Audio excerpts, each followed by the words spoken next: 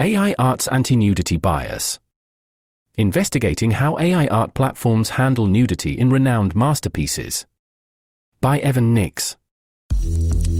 I've written before about generative AI and its apparent discomfort with the nude form in art. To probe this a little further, I turned to 3 popular AI art generation platforms with the goal of recreating 5 famous nude artworks, in hopes of comparing the counterfeit works against their original counterparts and examining this bias and its effects. To be clear, this isn't an attempt to establish the existence of an anti-nudity bias in AI art platforms. That's already a well-known fact, usually explicitly stated in their terms of use. Rather, I hope to shine a light on this bias, and to look a little more closely at it. We will also look at some of the history behind these great works and the significance of the nudity they display, some of which were once quite controversial themselves specifically due to their use of nudity. To be even clearer, I did not set out to make clothed replicas of great nude art. I set out simply to make AI replicas of great nude art. It was the AI that added the clothes. Hopefully, by the end of this article, we will have examined some of the questions surrounding these AI biases, and explored their implications with regards to nudity's role in culture and art, in a future that is likely to be heavily influenced by artificial intelligence. Limitations of this experiment. The top 3 AI image generation platforms that I used for this experiment were Midjourney, DALL-E, and Bing's Image Creator. Not every platform worked for every work of art. Midjourney. Midjourney's restrictions include a ban on the words naked, nude, unclothed, and many more in prompts, which alone limits the ability to use classic works of art such as The Blue Nude by Henri Matisse, Reclining Nude by Amedeo Modigliani, or Nude Descending a Staircase, No. 2 by Marcel Duchamp. For some prompts that do not include prohibited words, but which have in some ways become synonymous with nudity, such as Venus de Milo, the engine might process an image, but the image would fail to pass the output filters that Midjourney apparently employs to ensure users aren't finding workarounds to their prompt filters. Bing's Image Creator. Bing was, more times than not, a non-starter. Prompting Bing with The Birth of Venus by Sandro Botticelli results in an error due to the nudity, no matter how many times I tried it. It was the same for many other prompts as well. I attempted to use workarounds similar to those that I found worked with DALL-E, but the results are generally the same. Bing will attempt to generate the art, then fail on output, I can only assume due to the nudity. DALL-E. While the other 2 platforms had content problems with many of the prompts, meaning, presumably, it took issue with the nudity, DALL-E's real hang-up is copyright errors. Even when the works I'm prompting it with are hundreds of years old and very much in the public domain, DALL-E will not automatically attempt to recreate it. Because of the strictness of DALL-E's copyright policies, it can only create interpretations of the art in a different style or setting. Another thing that differentiates DALL-E from the other platforms is that it is accompanied by ChatGPT, which allows the chatbot to actually assist you in creating a prompt catered to work around their policies' prohibitions. As you might imagine, due to all of the systems in place across these various platforms, it is extremely difficult to use any of the above image generators to produce images with even the most benign representations of nudity. My scientific process. For the creation of each of the AI replicas, I attempted to use a consistent prompt, feeding Midjourney only the title, artist, and year of each piece, formatted exactly like this. The Luncheon on the Grass by Edouard Manet, 1862. Frequently, without modifying the text, I would run the same prompt multiple times, to give the platform a few opportunities to produce a comparable replica of the original work. For DALL-E specifically, I had to get a little more creative with my prompts. Giving it just the artwork name did not work, but by prompting it to generate an image inspired by the artwork, it would process. However, because of the way DALL-E attempts to skirt copyright violations, it often drastically changes the original artwork, setting it in an entirely different place or style, apparently to make it fair use, or parody, or something. Therefore, in order to get DALL-E to work consistently, after sufficient experimentation, I settled on a modified version of the prompt format, specifying the time, place, and artistic style to use, such as Generate an image inspired by The Luncheon on the Grass by Edouard Manet, 1862, set in the original era, in the style of Manet.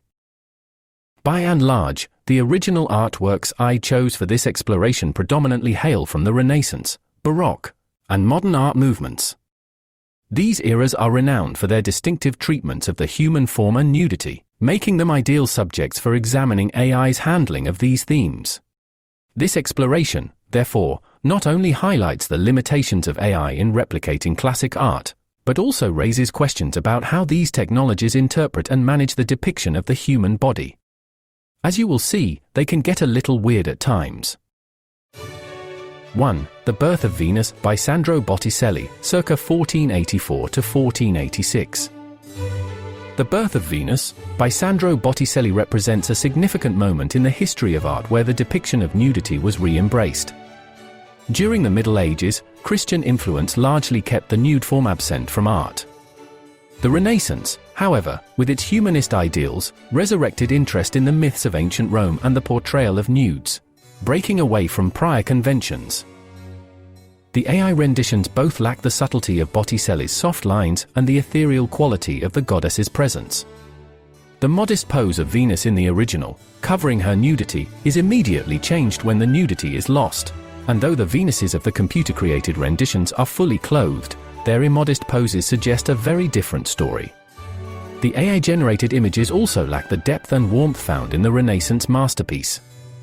The colors in the AI version are more saturated, and the figures have a more cartoon-like quality, demonstrating the challenges AI still faces in capturing the essence of classical art. 2. The Three Graces by Raphael, circa 1504 to 1505. The Three Graces by Raphael depicts the three mythological daughters of Zeus, known for representing beauty, charm, and grace.